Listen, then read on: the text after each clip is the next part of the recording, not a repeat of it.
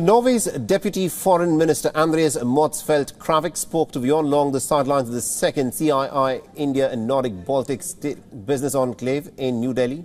He highlighted his country's position in the situation in West Asia and also Europe, as the Israel-Hamas war and the Russia-Ukraine war are continuing to rage on. Listen in. On the global geopolitics, there are several conflicts which are happening. One is, of course, in Europe, the Ukraine conflict. Another in the West Asian region. What's your country's chance on these conflicts?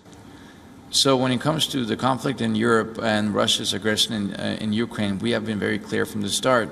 We consider what Russia has done to be a violation of international law, to be a violation of the UN Charter, and we've been very clear in stating unequivocally that Russia needs to withdraw from the territories that it has tried to annex, and that Ukraine has, under international law, a right to maintain its sovereignty. When it comes to Israel and Palestine, we see that as a very dramatic escalation. We have been very concerned. We have been unequivocal in our condemnation of the vicious terrorist attack conducted by Hamas on Israeli civilians, and we've been also equally clear that Israel has a right to respond and act in self-defense. But we have been concerned about the number of civilians that have been killed now over the course of the last few weeks, close to 6,000 children having died on the Gaza Strip.